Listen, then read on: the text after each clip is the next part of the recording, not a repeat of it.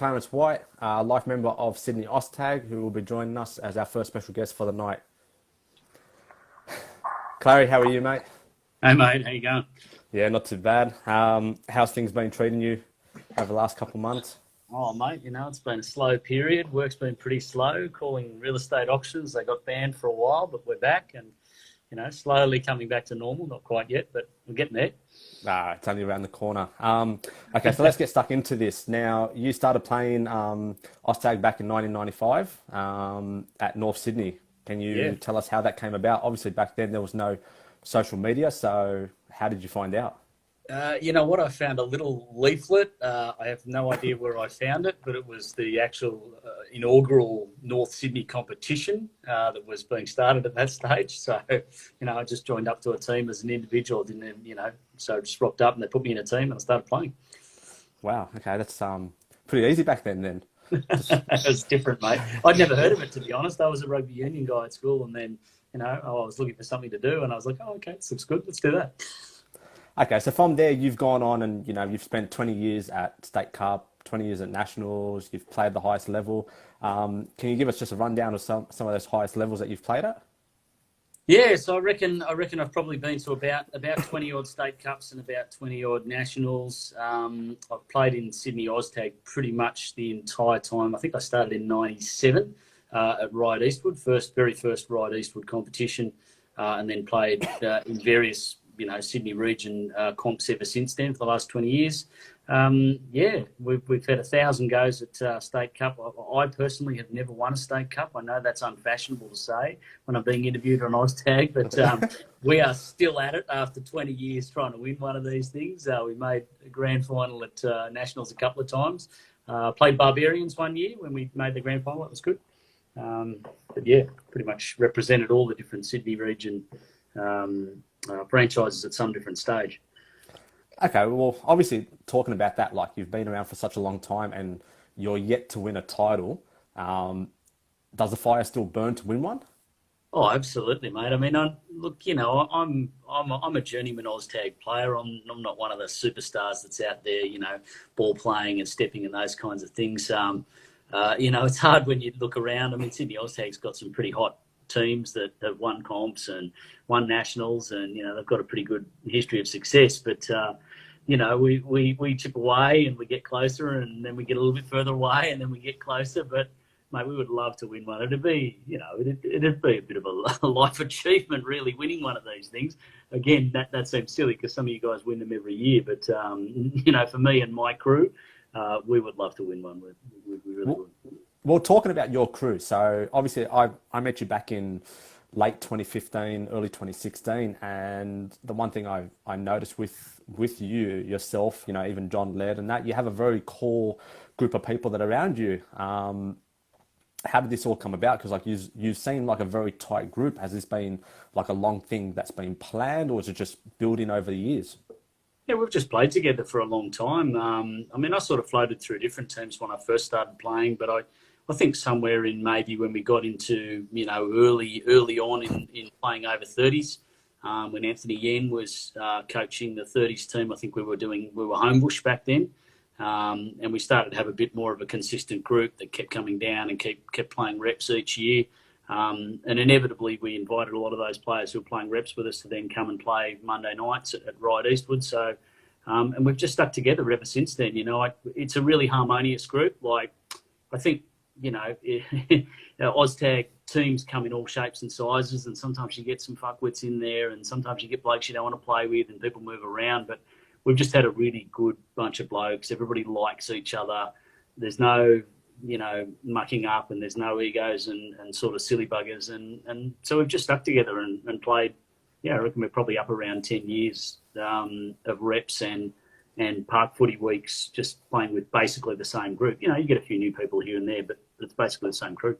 It's a very humble crew, but with that being said, like you've moved into coaching and, managing over like the last, about 5 or more so years now. Would you say it's harder being a friend while also trying to put the best team on the park at the same time? Oh, look, I think there's always decisions that, you have to make, but I think if it just, again, it depends the environment you're with. If you're working with people that you respect and that respect you, they know that you're going to be fair. And I think probably one of the things that the guys know about me above all else is that I'm going to be fair before I'm going to be a friend. So if for any reason they didn't get picked, they know it's never personal. They know it's because they genuinely just didn't make the team. But I think if you just treat people respectfully, then those things are not as hard as they should be. Before we head into the last two questions, now obviously given your experience in 20 years plus, you've got a lot of experience playing at State Cup, Nationals, also for the Barbarians. What do you believe that it's an important part of tag to have a group like yours that's played together for so long? And if so, what would you recommend the people out there trying to build a very strong team? Yeah, look, I think so. I mean, it depends what you want to achieve. I mean, most of us are, to put it mildly, we're as old as fuck. So we don't particularly.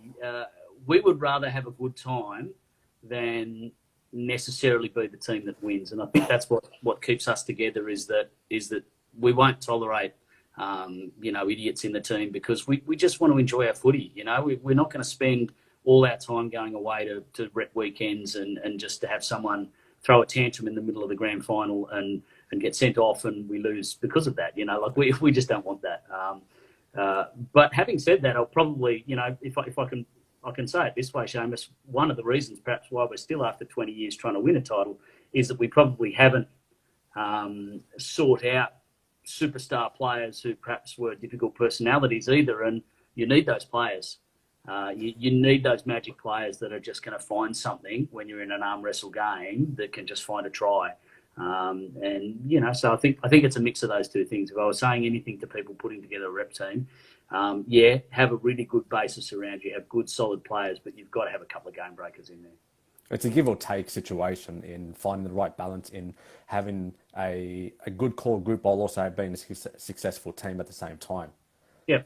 And set some clear parameters too. The other one, I've been involved in a lot of rep teams that, had very poor training attendance and people sort of strolled in, strolled out, turned up late, rocked up to the tournament, went out and got pissed the night before and turned up 20 minutes late for the first game. I think if you have some really strict parameters around, you either turn up to training or you get cut. It's just some basic things that people have to do to be part of the team. It helps it run a lot better. And I think that's another reason we've had really stable team is that we've set pretty clear expectations and said, if you don't meet them, we'll cut you. And, that's all there is to it. Okay, well, we'll head into the last one now.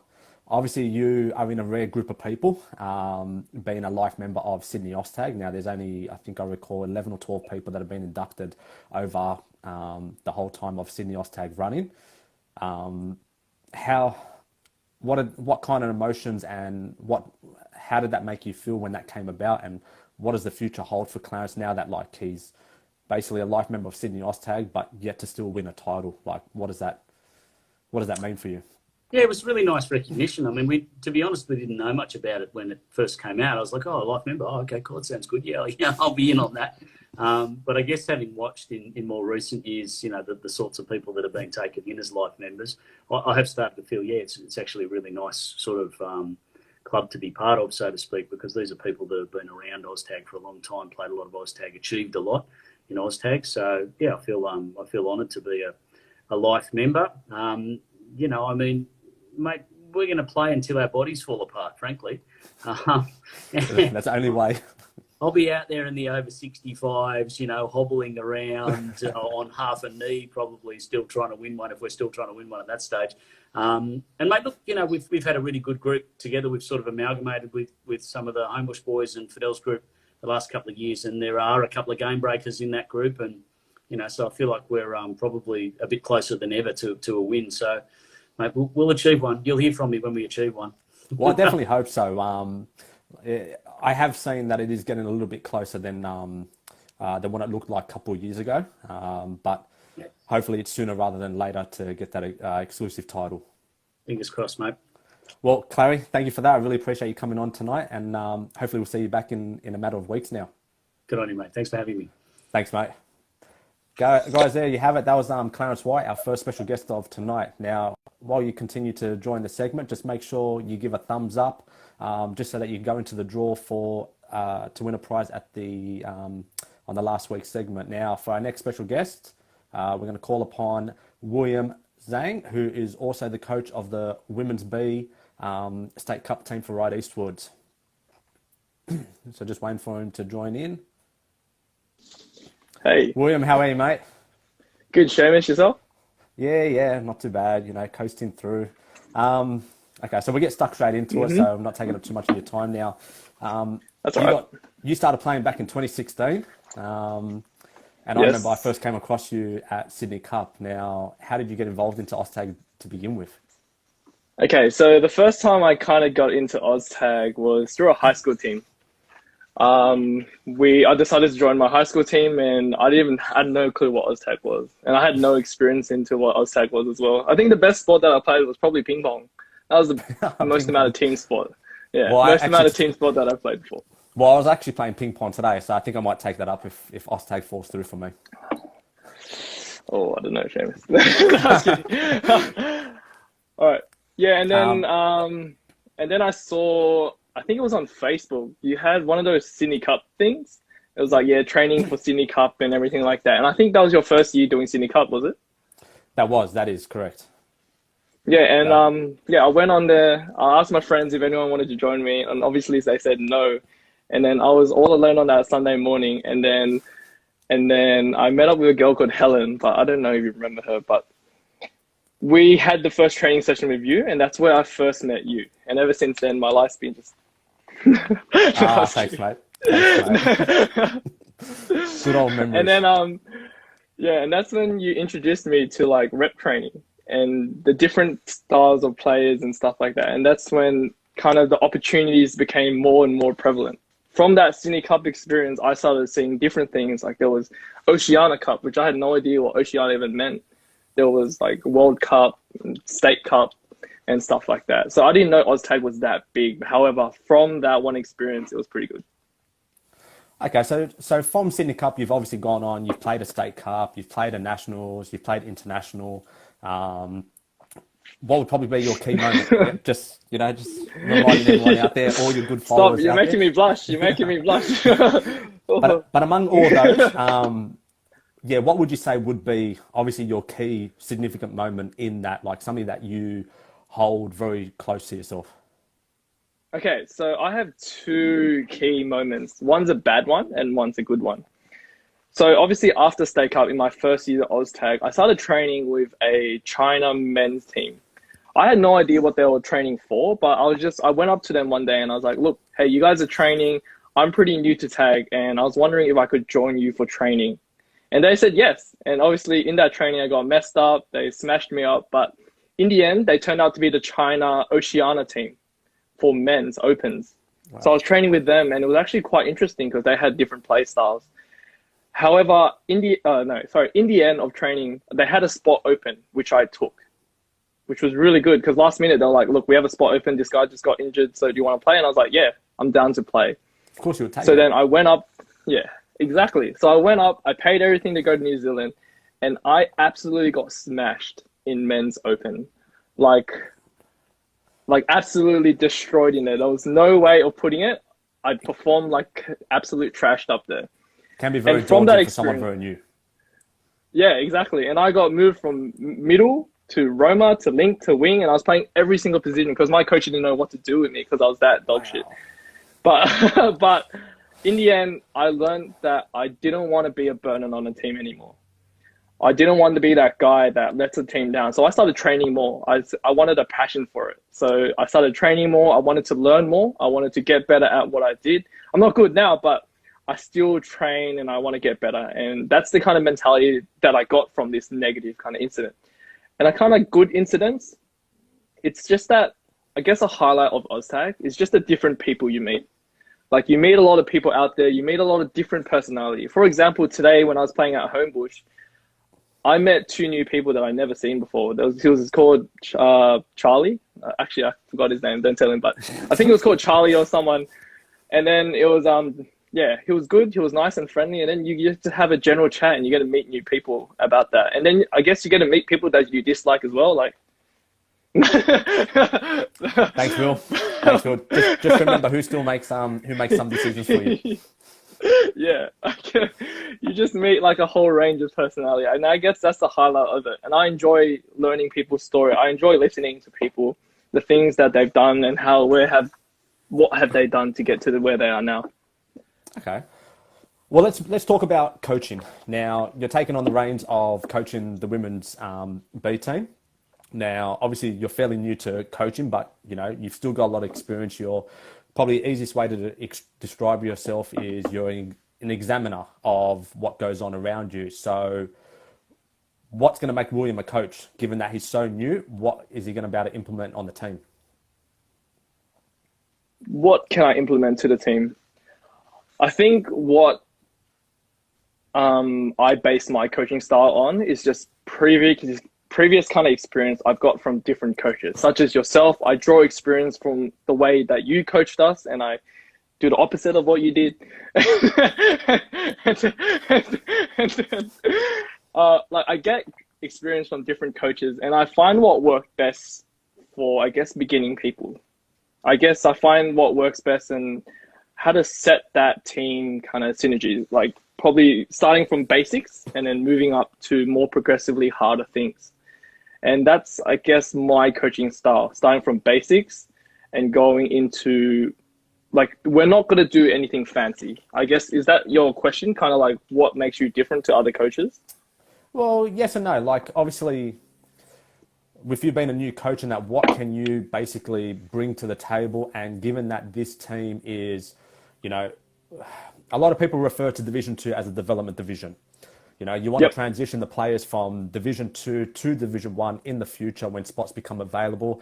So it's what can you implement on the team while also working with the group that you have, where a lot of them are new to the rep scene, and you want to bring out the best in them. Yep. Okay, so my coaching kind of style is going back to the basics. Like I said before, I'm a very nitty picky about the basics. I want them to be able to learn how to pass, and I want them to know the basics of how to settle. Like, what is a settle? People are like, oh yeah, settle on the field, but they have no clue what that means. They just run up, they get tagged, they overrun it by 50 meters, then they come back. Like, people don't know these kind of things, and I want to focus on them. For example, in one training session, I'm pretty sure we spent 1.5 hours learning the XY. Now, it's not a hard play. You do an X and then you hit the Y runner. However, I wanted them to focus on each fundamental concept of the XY. If a defender does this, what is the runner going to do? If a defender does this, how are you going to respond to that kind of defensive kind of differentiation? It's a small things like that I focus on, that the team gets really angry at, because they're like, why are we doing XY for 6 hours or something like that? But it's kind of moving into that, building those basics. And then if they have the basics down pat, when they go into Division 1, then they can work on more complex kind of things. So in saying that, do you believe, like, obviously for a lot of people that are watching this, there's a lot of people that I'm looking at that are joining the feed that are obviously rep players, but then there's some that aren't. Do you believe, as a coach in charge of a Division 2 team, that you have to work on details a lot more than what you would if it was a Division 1, given that they're new? Or do you believe in keeping things simple so you're not overcomplicating the matters for them? Wait, just before you finish that question, you were cutting out a lot during that. Could you just repeat it one more time? Okay, so obviously with you coaching the Division 2 team, what you were just talking about, do you believe that you have to work on more finer details with the players, given that they're new, or is it better to keep things a lot simpler and not overcomplicate the matters for them? Okay, so coming from a teaching background, I do a bit of everything. In a team that I have now, I have players that have extreme or like a lot of rep experience, and I have players that have come from social tag and are moving into that rep kind of area. So I have to differentiate what I need to teach my players. I need to be like, for example, Riley in our team is very advanced in her OzTag career. She knows the plays and she's already mastered those basics. She passes the spiral better than me or you. And then she can really move into that more complex kind of area. So that's why during training, even though I XY training, I'm being very, very hard on Riley. I do defensive decisions that it would be more prevalent in game to her to make her more situationally aware. And then for my newer players, I want them to just get the line right, running the line hard, running the line straight. And it's those basic things that you need to differentiate as a coach. You can't just be like one thing fits all for everyone. One shoe does not fit all for everyone. You need to be like, break it down. These are my advanced plays. These are my middle. These are my lows. And these are the things I'm going to do to differentiate from all of them. So that's what I think. Well, so I was just going to say, so naturally your style is you're obviously fitting the requirements of basically each player. So you're looking at their assets of what they have to a game, and you will challenge them to basically bring out the best in them, while other players obviously still new in that you're adjusting them. You're not treating them, like you said, as a whole. You're basically working with them individually to improve them and get the best out of their game. Yeah, and I guess as a coach, you have to do that. You need to know the strengths of your players. You can't just be like, okay, I'm going to come with this teaching style, and I'm going to assume that this works for everyone because it worked for me. Every team is different. Every player in your team is different. They have a different learning style. And you need to understand as a coach that you need to adjust to this. And I think that's more what the advanced coaches do. They don't just be like, okay, one shoe, we're going to go with this player style. I don't care about what are you saying. We're going to go with this. And if it doesn't work, then that's on you. Whereas a good coach would look at it and be like, what do I have? And how can I make the most of it? So, yeah. Well, I've always been taught as a coach from other people that have basically helped me, you've got to examine every single player in that. But it's good to see that you're on the right track with the Women's B. Now, talking about the team, Yep. with State Cup being moved to end of October, November, what are your expectations of the team? And, what are you most excited about the team producing on the field? Okay. I think that one of the things that excite me the most about the team is probably the amount of potential they have. As a new team that have players from a range of experiences, they have so much potential, and they have already shown that they have developed this potential. At the start, when we were training as a team, we actually scored 0 points. Like when we had friendlies against anyone, we scored 0. However, we kept the score really low. We always kept them to 2 or 3. And I told them when we played, we're not here to win. The second we have these friendlies, we're not here to win. We want to practice what we came here to practice. And I think that's what excites me the most, is that the potential they have and this willingness to learn. They commit their every Sunday morning to come to training. And it's not only just giving up your Sunday morning, it's giving up your Saturday night as well. Because you can't go to the club, or for you to go to Sanctuary at like 12 a.m. and drink some, I don't know what they drink, Seamus. But, drink that drink that makes them drunk. Yeah, we get the it's basically, but you're not committing to just a couple of hours. You're basically committing to a lot more. Can you hear me now? I can't hear you. You're very patchy. Okay. I'm not too sure if it's my connection. But yeah, continue with what you're saying, Will. I think you're back now, but before what you just said, I didn't hear anything. I was just saying, continue with what you were saying in regards to the commitment wise. Okay. It's a Long Island. Thanks, Rindu. And I think, what do you say, the potential that we had or the expectations that I have? My expectations haven't changed since if the State Cup was in March or April, whereas in October. I definitely believe that my team has a potential to take out Division 2. Even though they're starting from such low experiences and some people with such high experience and a range of experiences, I think they have extreme potential to improve. Just from what I've seen so far, and that we came from scoring 0 points to even winning friendlies against harder teams like Falcons Bs and Falcons Cs and Homebush. I think Homebush Women's we versed, and we ended up doing really, really well. So I think that was probably one of the most exciting things about it, was just seeing the potential that they had. And I definitely think we can take out Div 2 women. Well, that's pretty good.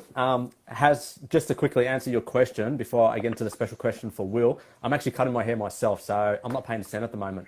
That's all right. Okay, Will, for your last special question. Now, I got it from your mate Jeremy Ung. He has asked. Oh, my man. Yeah, your man. Now, he has asked, who's your number one opponent you hate going up against and why? Well, I don't think it's you, Seamus, because you're pretty easy to read. Well, I haven't played with you for a while, so I don't know if you know him, but there's a guy called Lecky. Alex nah, I haven't heard. Alex Lecky or something. He's in Fairfield.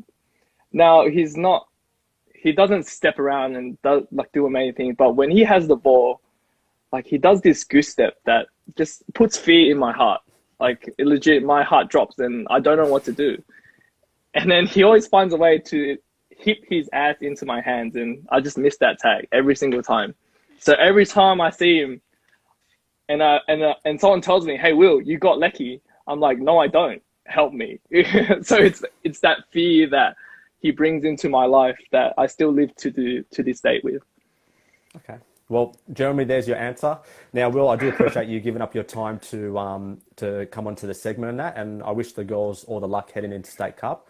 And, you know, hopefully we'll be able to catch up soon before sooner rather than later, mate. Yeah. But Yeah. Cheers. thanks for that, Will. I'll see you Easy soon. claps. Thank you. Bye. Okay, everyone, that's William Zhang, coach of the Women's B State Cup team. Now, as we go to head into our, if you're joining the feed, make sure you are putting up a thumbs up or a wave, just so that you can go into the draw on the last week, which will be the 9th episode, and there'll be a few prizes to give away. Now, our last special guest is Sivasarian Surikuma, also co-worker of mine. So, Siva, whenever you're ready, if you want to join the feed, mate.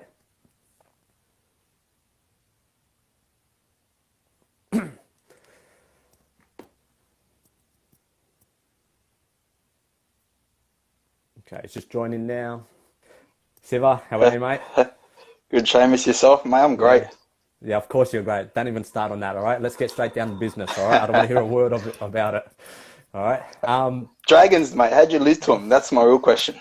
Listen, don't start, okay? All right, let's go back to when you started playing Ostag. Now, obviously, for you as a person, there's a lot of in-depth questions I can ask, so I want to get through as many of them as I can. So let's start with when you first started playing tag. First started just after high school. So just doing normal kid, just sitting at home, and then good mates, you probably know them, Presh, Mahan, Theron. Theron actually came over to my house and he's like, come fill in at Homebush. He's like, some of like NRL players like Matty Utai plays. I said, here we go. I go, Matt Utai. They go, you're pulling my leg. Anyway, so I rocked up. Matt Utai was actually playing. He was just lazy on the wing, and I actually scored a try. So I ran back to the boys going, mate, I just scored a try on Matt Utai. I'm the best player there is. Turns out he actually ended up scoring 11 tries on me that game. So I thought to myself, this isn't the game, but stuck to it.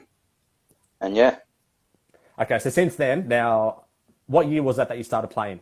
That was roughly 2013, wasn't it? 2013, that's right. Okay, so since then, now I'm going to go through a long list of achievements you've had. Now, 2014, you played Ryde-Eastwood men's 20s at State Cup. Yep. You then went on and played mixed 20s nationals for Sydney Warriors that year. Then in 2015, you played for Inner Sydney All-Stars with a lot of the boys, like Prash, Mahan, Mario, and all them, a lot of the boys. Yep. Now, a few of them then get selected to play Warriors for the 2015 Nationals, and you get called up 3 days before the tournament. Now, That's you right, must have been a yeah. lucky charm, because the boys had never made the grand final beforehand, not for a long time, and you went on to make the grand final against Country Bulls. Yeah, look, we rocked up. So essentially I was refereeing down at Homebush that Tuesday afternoon, and one of the boys goes down injured and Jim's scratching his head, and Shorty, he actually turns around and goes, we need a winger, why don't we just bring Sivan? He's got speed. Let's just bring him in. And I looked, when I first started playing Oztag, I looked at the Homebush men's side, the Warriors men's, going, there's no way that I'm going to make this side. Right? These guys just looked a class above. They're more experienced. And I was only 1 year into my Oztag career. And then Jim just turned around to me and goes, Siv, just catch the ball and run. And yeah, it was a great tournament. Like, we didn't expect to go that far. We made it to the grand final. against the Coast boys, well, they were called Country Bulls back then, now Central Coast, losing 3-1. Okay, so from there, you then followed up a month later and played in the 2015 World Cup at Sunshine Coast for Sri Lanka with all the boys. Now, it was only about a month later than that, you get announced in the Australian team for the 2016 Trans-Tasman. Yeah, look, I'm not sure how that happened. Look, I did have a good tournament, just finishing off tries. You know, when you got amazing ball players like Measured and Ehab, the likes of Twinkie. Twinkie, I don't think, played that tournament. But you're just running off those boys, understanding their gameplay, just finishing tries. You know, it gives you that one-step advantage compared to the other players. Now, obviously, making Australia, you went Australia 2016, 2017, World Cup 2018, but at the same time, you also went 3 state cups in a row in winning it with the Homebush boys. Now, that's a rare feat on its own. You know, some people will struggle to even win one title, as, you know, Clarence was on earlier tonight, hasn't won a title, but you won 3 in a row. What was that like? The first one was the best feeling. Like, you won't believe it, but all the boys, we booked out an Airbnb and we stayed together. The night before, we were playing cards. Everyone went to bed early, excited for the finals. We had a good feeling. I actually slept on the couch, being the youngest in the team. But the captain, Measure, took the honours as well. He slept on the couch on the other side. And I woke up randomly when the boys were getting up to play for Fajr. I woke up at the same time and I go, Measured. I just had the weirdest dream. We're going to win the grand final 2-1, and I'm going to be the last one to run the ball out dead. And it just panned out that way. Like, we won the game 2-1. I was the last one to run the ball out dead. And it was just a surreal feeling. And then to back it up, I think the best state cup that I've witnessed will be the second one that we won, which went into extra time against Parramatta. Arkin just played a blinder. 7 minutes. I mean, if you want to watch a game, just don't watch the 40 minutes of that preluded, just the last 7 minutes in extra time. Probably one of the best viewings you'll see. Okay, so from there, you know, you've achieved so much in such a short little time. But after State Cup 2018, the wheels have basically started to fall off a little bit for, you know, Sivasarian, you know. It seemed as though everything was going your way. You know, you were on the end of a good team, out on the wing. You know, you're scoring tries. You know, there's even in the 2018 State Cup, you know, you hear the commentators, you know, calling out your name to, you know, probably I would say one of probably the best diving tries. You know, from a nice ball from one side of the field to the other side. You know, and you're scoring in the corner. Then it all unfolds after that, and you ended up with Dolphins for that year's Nationals, and then you're now in mixed.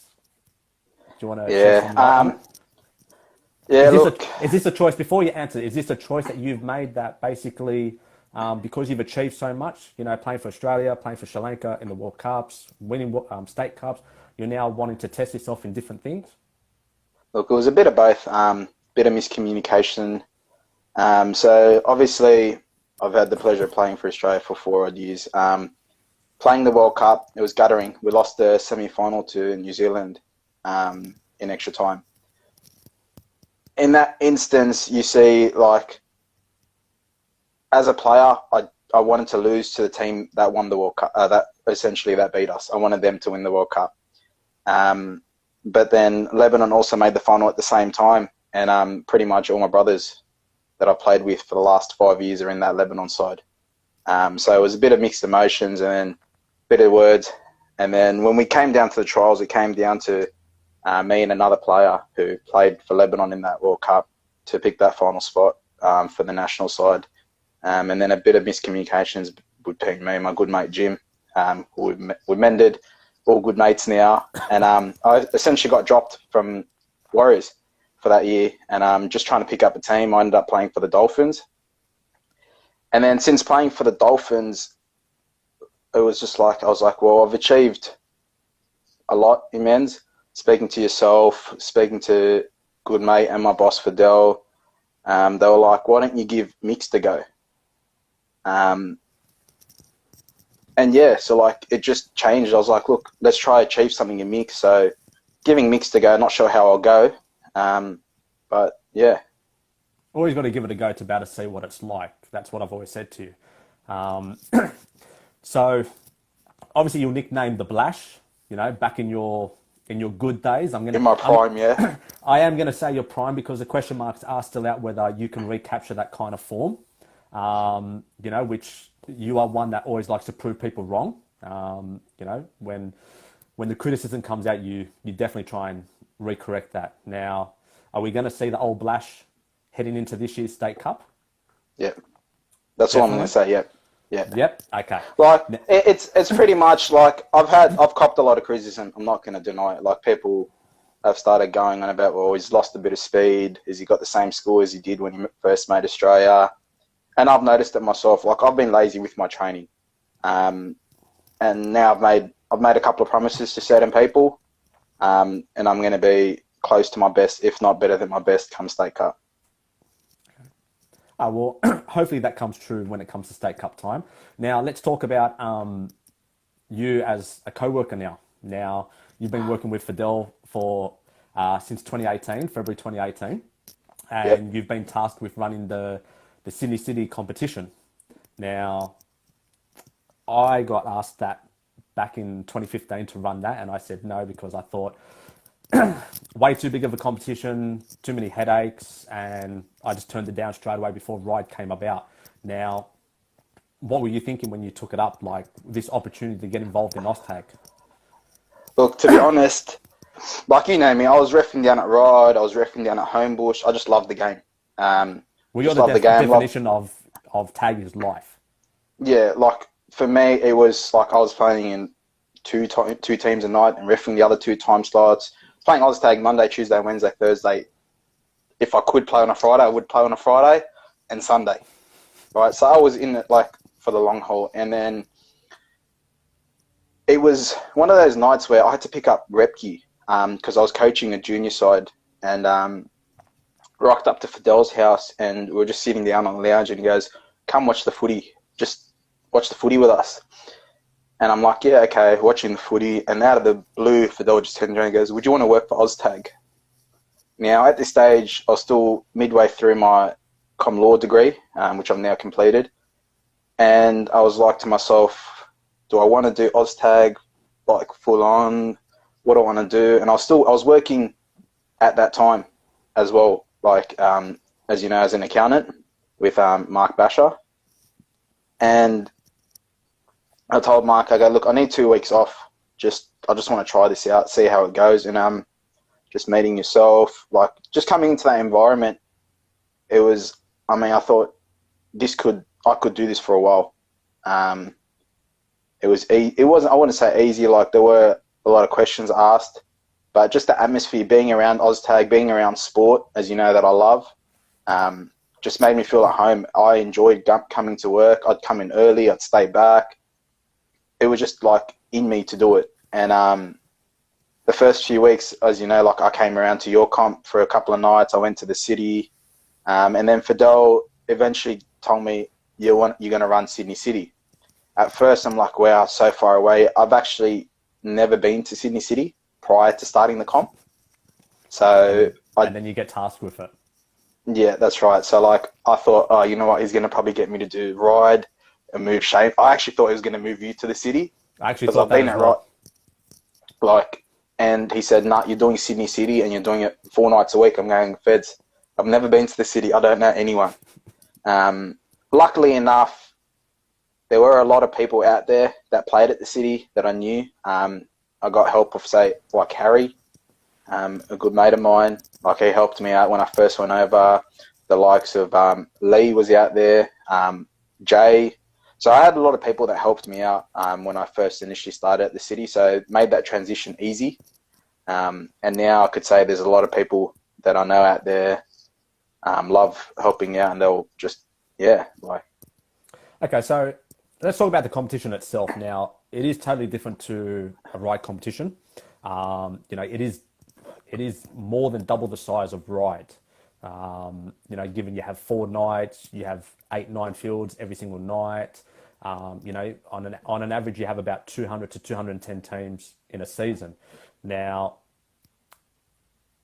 what kind of atmosphere is it like with the people coming? Like for Ryde, we have a lot of teams that are very competitive.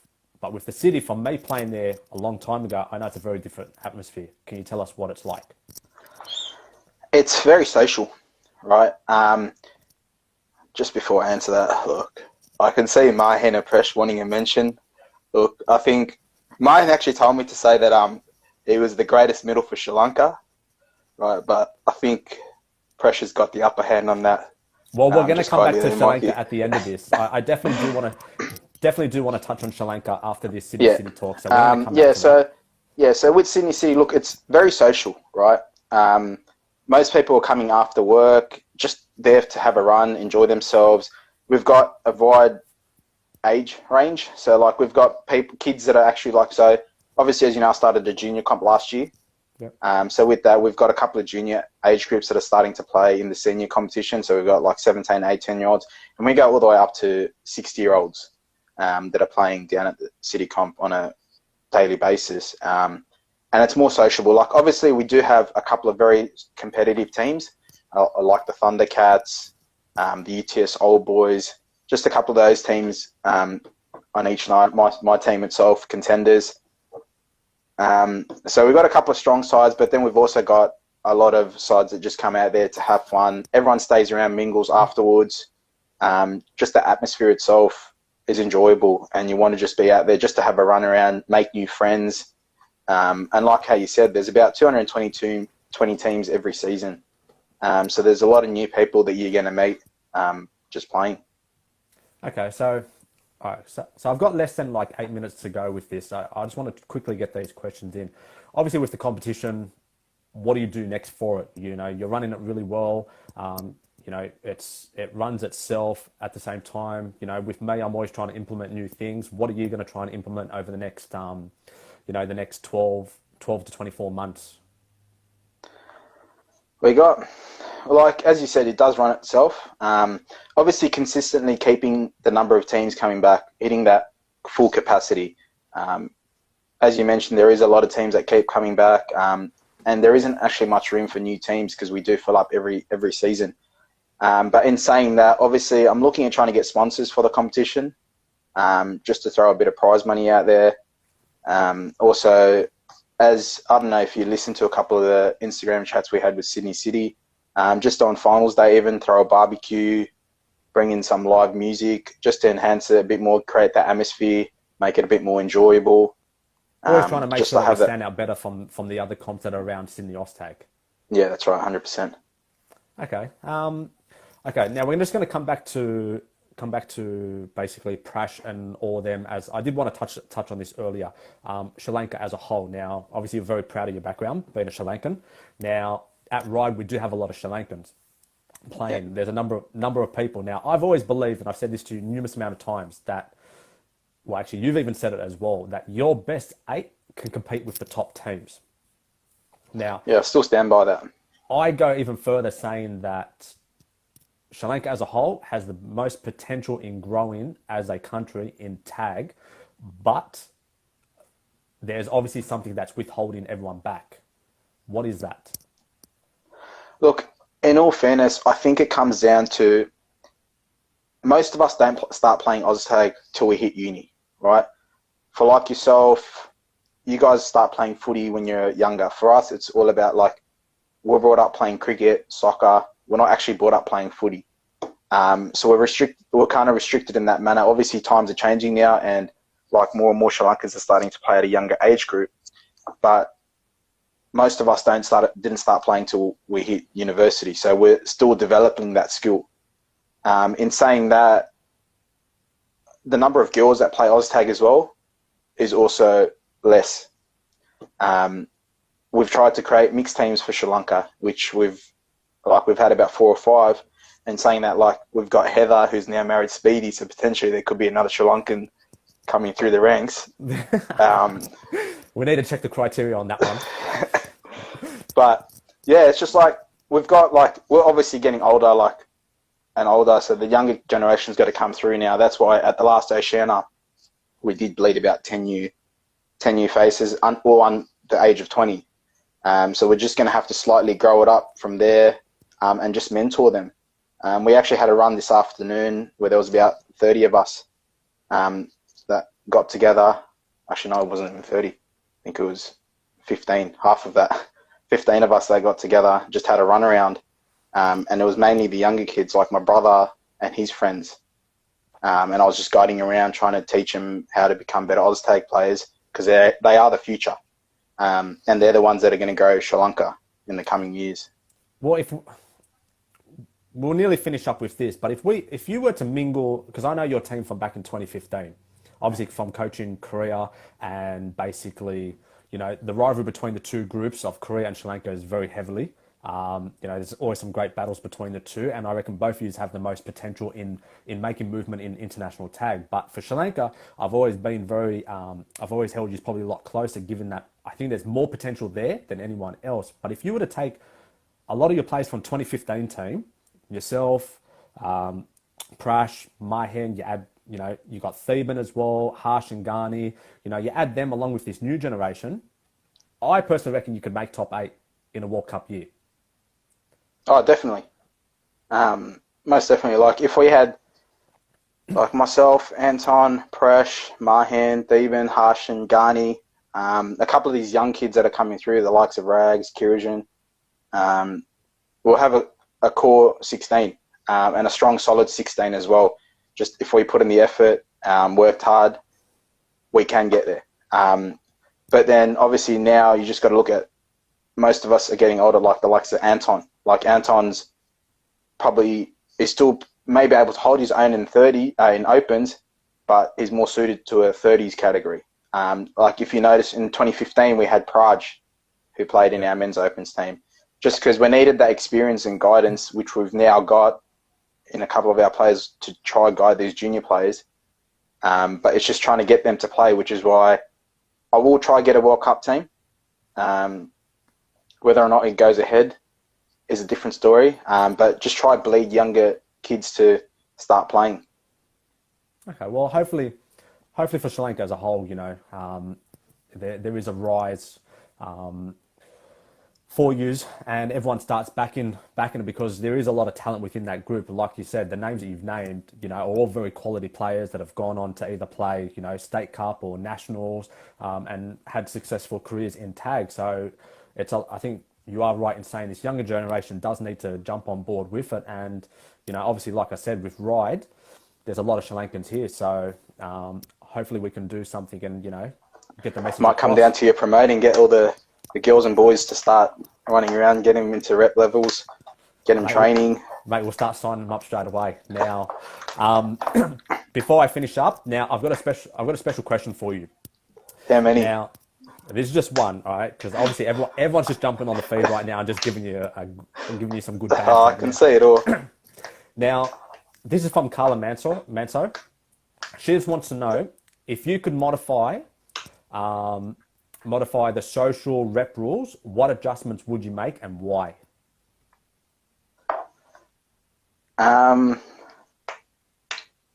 Probably kick on any tag. Just so it keeps the game a bit more alive, in a sense where you can always, someone like, say for example, like you've got a couple of quick plays that aren't very steppy, you can just put a grubber through for them and you're going to be able to regather and score. Something I've thought about, like maybe the bonus try, where once you score a try, you get an opportunity to convert. If you convert, you get 2 points. But if you don't, like obviously in social, you get the ball back in all the Sydney Oztag. But if you go like some other areas, the try scoring team actually receives the ball. Yep. So I always thought like an extra chance to double up your points. If you fail, maybe the other team gets a tap start instead of from halfway. Just a little modification where it gives them more of an incentive, and something more interesting in a way. Okay. Well, we're always looking at trying to, you know, find ways to improve the game and that, and obviously that comes down to Australian Oztag. But You know, there's only so many things we can do within the sport. But look, mate, I really appreciate you coming on. That's all you know, right. I talk to you every day, but you know, hopefully tomorrow Mate, I'm I gonna be seeing can't you wait. run. I can't wait to work tomorrow. I'm going to be there bright and early. I'm going to be there before 10 o'clock. 9:30, I'm going to be in there. I'm going to put a decoration up there of the Sharkies just for you. You know, you had a great game today. But, yeah, should be good. And just remember how the Knights went as well. But thank you for that, mate. I really appreciate you coming on, and you know, I'll see you tomorrow anyway. Sweet. Sounds good. See you, Seamus. Thanks, mate.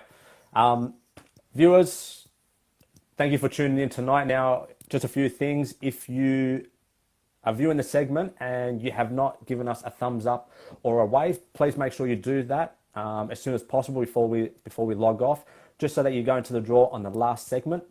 Now, just for next week, if you just bear with me for just a second, I just got to see who we've got on for next week's segment so you can all tune in. Just make sure the video will go up while it gets edited. And this should be up by tomorrow afternoon. Now, at the same time, it will also go up on our YouTube channel. Hold on, bear with me a second, guys. Just got to double check because I've forgotten who we've got. Okay, so for next week's episode, we've got Denise Tam, who is the representative of women in tag. We also have Deborah. Deborah, I'm not going to try and pronounce your last name because I don't want to fail at it. She's the women's coach for Ryde-Eastwood. And then we've also got 4-time State Cup winner from Homebush, Majid Hamoud. Now, I'm looking forward to having him on. Obviously, he's a very successful captain of a team, and he will have some insightful knowledge for everyone. So, guys, I do appreciate you supporting the segment. Once this goes up, make sure you give it a like, and you know, help support us by giving us some feedback just through the chat on Instagram. So once again, guys, that's episode 3, and we'll see you next week for episode 4, 6 p.m.